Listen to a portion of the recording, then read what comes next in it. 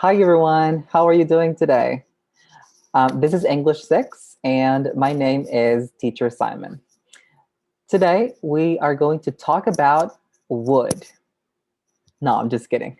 We are going to talk about wood, but they actually sound the same. It's the same sound, would. Would is a modal verb, right? Just like can, could, will, might, may, and should. So, would you like to know more about this modal verb? Very good. Let's begin. I know you'd love to. If you notice, here we have would and here we have would, just in case. The objective of today's class is to review the uses of would. All right, so we can use would in so many different ways. We're going to look at some of them. The first one is to respond to a request or invitation. The second one is to express an opinion or hope less forcefully. The third case is to indicate a person or thing's refusal to do something. Fourth case, to report an intention, expectation, or decision. 5, to describe a habitual action in the past. 6, to describe a hypothetical situation. And the last one is how to make polite requests using would. So we use would in these 7 cases. We're going to break them down and let's begin with number 1. To respond to a request or an invitation. How can we respond to a request or an invitation? Let's look at this case. Let's imagine that your friend asks you to go to the cinema with him or her. And your friend says, would you like to go to the cinema? I'd love to. In that case, I use I would love to. This is the contracted form. Now, if you don't want to sound too excited about it, you could use like. I'd like to. In this case, you're not as excited as the first example. Now, let's look at this example. Let's imagine that your mom or someone wants or needs help with the plants. And he or she asks, could you help me water the plants? Sure, I'd be happy to. I would be happy to. I'd be happy to. Okay, very, very good. In those cases, we can use would to respond to a request or an invitation. Let's continue with the second case. To express an opinion or hope less forcefully. So I'm going to give you this situation. Let's imagine that you need to write an essay about your favorite topic. And let's pretend that you love nature, you love lakes and different types of flowers, mountains. So your friend would say, I'd imagine that's the sort of thing you normally write about, right? In that case, I'm expressing my opinion without being forceful. So I would say, I would imagine, or I'd imagine, all right? I'd. Um, Now, what about this case? Let's imagine a student is misbehaving. Oh, I would think we need to speak to the head teacher about this first. I would think. So you're not trying to be too direct, so you use would instead. I would think. Very good. Let's continue with the third case. And this one says to indicate a person or thing's refusal to do something. Let's imagine that there was a big fire. And what could we say? For example, the trees wouldn't grow after that fire, which means that the trees refuse to grow. They don't want to grow after the fire. Or we have this example. The car broke down and he was late for work. Maybe something happened to the car and he's not, right? He's not starting. Something is something is off. What about this? The car wouldn't start. The car wouldn't start. So in that case, we indicate refusal using wouldn't. You need to make sure that you use wouldn't in those cases. Wouldn't or would not. Very good. Are you following me? Yes? Very good. Now, the fourth case, to report an intention, expectation, or decision. Let's imagine that someone says, you know what? I will escape in search of a more peaceful existence. That is very deep.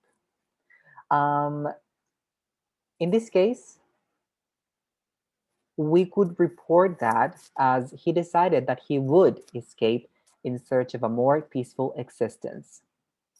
This is called reported speech. I, I'm pretty sure you remember that, right?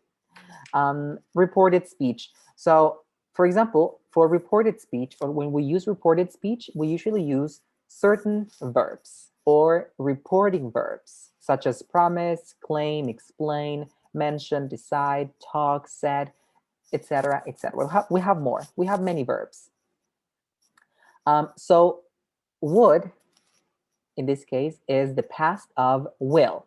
So every time someone says or uses will in the present, and then we report that, we would have to use would. Let's look at those two examples. He said, I will start a new business. Or, I will take care of my dog, she promised. So if we report that, it would look something like this. He claimed that he would start a new business. He would start a new business. She promised that she would take care of her dog. All right? So when we use reported speech, we use would, since it's the past of will. Excellent. Let's continue with case number 5. To describe a habitual action in the past. So look at the picture. What is she doing? She's looking at the trees, nature, right? Let's imagine that she used to love looking at nature. We could say something like this. She would stop and observe nature around her. She would stop and observe nature around her, right? So that's an action that happened, pretty much every day. Um, and she would stop and observe nature around her. Let's look at the other example. When I was in school, I would always do my homework first thing after school so that I was free for the rest of the day. When I was in school, I would always do, right? I would always do. So that's what I used to do, right? Now, what happens here? Um, there's a note, right? This notice. We don't use past habits with stative verbs. Do you know or do you remember stative verbs? Stative verbs are emotional or non-action verbs, such as the word love, remember, or believe, right? So let's imagine that you loved Spice Girls. So you know this girls group? Yes? I cannot say I would love the Spice Girls. It doesn't work. In that case, love is a stative verb.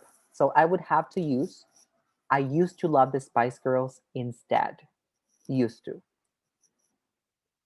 Very good. Let's continue with case number 6.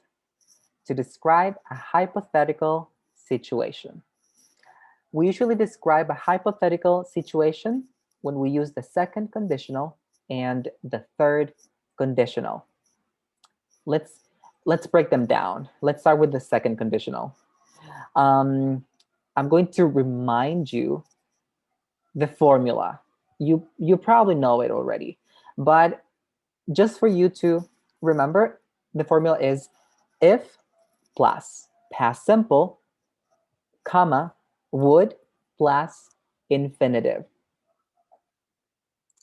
We usually use The second conditional for imaginary or unreal situations. Let's look at some examples. The first one, if I knew the answer, I wouldn't ask you. If I knew the answer, I wouldn't ask you. The other example is, if I had a lot of money, I would buy a big house. That's the typical example. Let's continue with the third conditional. In this case, we also use would, but we have a different formula. We have if plus past perfect, comma, would plus have plus the verb in participle. And we usually use the third conditional to talk about regrets or something that you regret in the past. For example, she would have been the best teacher if she had gotten the job. She didn't get the job. Here we have the other example. If you had listened to me, you wouldn't have had that. Again, third conditional. If plus past perfect, comma, would plus have plus participle. Very good. Now, we have the last case, number 7, to make polite requests. For example, would you give us an example? In that case, we use would to be very formal. Of course, we could also use could or can, right? But since we're talking about would, and it's very formal, I think it's very good to use it. Here we have a different example. Would you hold this, please? Would you hold this? Right? Very good. To make polite requests. All right. So right now we have looked at all of the cases, the 7 cases. Let's review a little bit of pronunciation. I just want to check that you can pronounce these words correctly. The word I would, I'd. I'd. You, you, you would, you'd. You'd. The contraction he would, he'd, right? She would, she'd.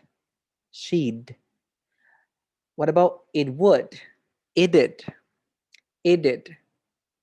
What about the word we would, we'd, right? And the last one, they would, they'd, right? Very good. I think you are ready now to practice. Let's go. Here we have the phrases, right? Some phrases. For example, A, intended to. B, is extremely kind. C, it might be true. D, please could. E, refuse to. And F, used to. So we're going to match the phrases with the underlined words, right? All of the underlined words here are would, right? But they all have a different meaning, right? As you already know, we can use would in different cases. So let's read the first one over here. I would think, I would think that we could find a better price elsewhere. Like, what is the meaning of this on this case? I would think that we could find a better price elsewhere. Used to, refuse to, please could. Exactly. It might be true, right? So it might be true that we could find a better price elsewhere, right? Very good. What about number 2? He said he would be here tonight. He said he would be here tonight. What is the phrase that matches would in this case? So you know? Intended to, right? He would be here tonight. He wanted to, right? His intention was to go there, right? So very good. Very good. What about number 3? Can I help you with your suitcases? That would be great. That would be great, right? So what is going on here? We cannot use C and we cannot use A. So B, exactly, is extremely kind, right? That would be very kind, right? Let's continue with 4. Would you please turn down your music a little, a little? Would you please turn down your music a little? 4. Would. What are we doing? What are we doing there? Exactly. Could you? Could you please turn down your music a little? A little? Or could you please turn down your music, right? In this case, would, right? Or could, we could change them, right? Those are interchangeable words. Very good. In that case, number 5. When I was a bit younger, I would I would go running 5 times a week. When I was a bit younger, in the past, right? So number 5 is used to. When I was a bit younger, I would go running 5 times a week, right? Remember, in this case, we don't use used to because we only use used to for stative verbs. So in this case, we can use would go running, right? In this case, go, it's an action verb, go, to go. Very good. And the last one, sorry, I'm late. My boss wouldn't let me leave until I'd finished a report. Wouldn't let me, right? So in this case, refused, right? And remember that with refuse, when we use would as a refusal, we use it in negative. Wouldn't. My boss wouldn't let me leave until I'd finished a report. Very good. Excellent. All right. Right now, we're going to complete and finish our last activity. And in this case, we're going to rewrite the conversation so it's more polite and indirect by inserting would in 6 places. All right. So this is the conversation. I'm going to read it and then we can, replace some words with would. So A, do you want any help? Yes, please. Give me some give me some information about the park. What type of information do you want? Oh, about the wildlife and the plants and trees. It's such a beautiful park. Well, we have these brochures. I want something more detailed. Okay. How about one of these books? This one looks interesting. How much does it cost? It's $30. Oh, I expected it to be a little cheaper. Well, I could give you a discount. That's great, thanks. Okay, that's $28. Oh, I'll take the brochures. Thanks. All right. So let's see. Let's try to change um, some of these phrases, right, or sentences using the word would. Let's start with the first part over here. We could start changing the first one.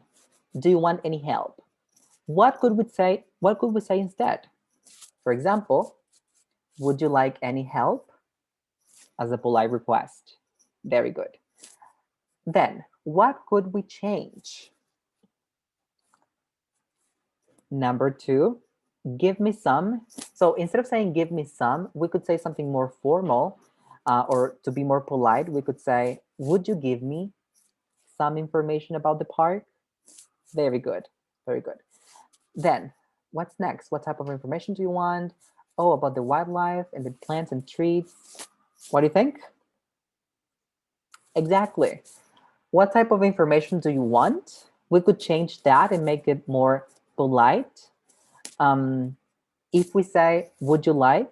What type of information would you like? Excellent. Very good. And over here we have number 4. I want something more detailed. How could we change that? I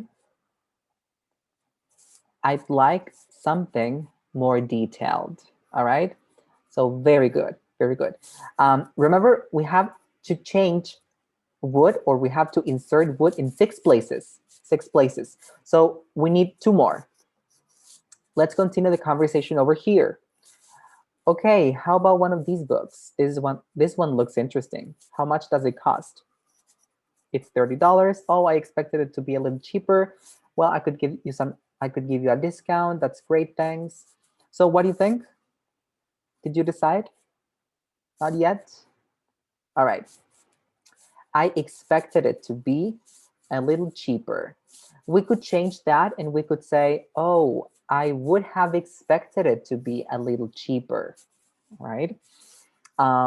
Very good. And the last one would be, that's great. What can we say instead? That would be great. Thanks, right? So very, very good. That was excellent. You guys did great. And I want to finish the class with a tongue twister. And of course, this tongue twister is with the word wood, or with the sound, right? So this is, how much wood would a woodchuck chuck if a woodchuck could chuck wood? So please, next time we see each other, you have to say it to me, please. How much wood would a woodchuck chuck if a woodchuck could chuck wood? Very good. Thank you very much, guys. Thank you for listening. And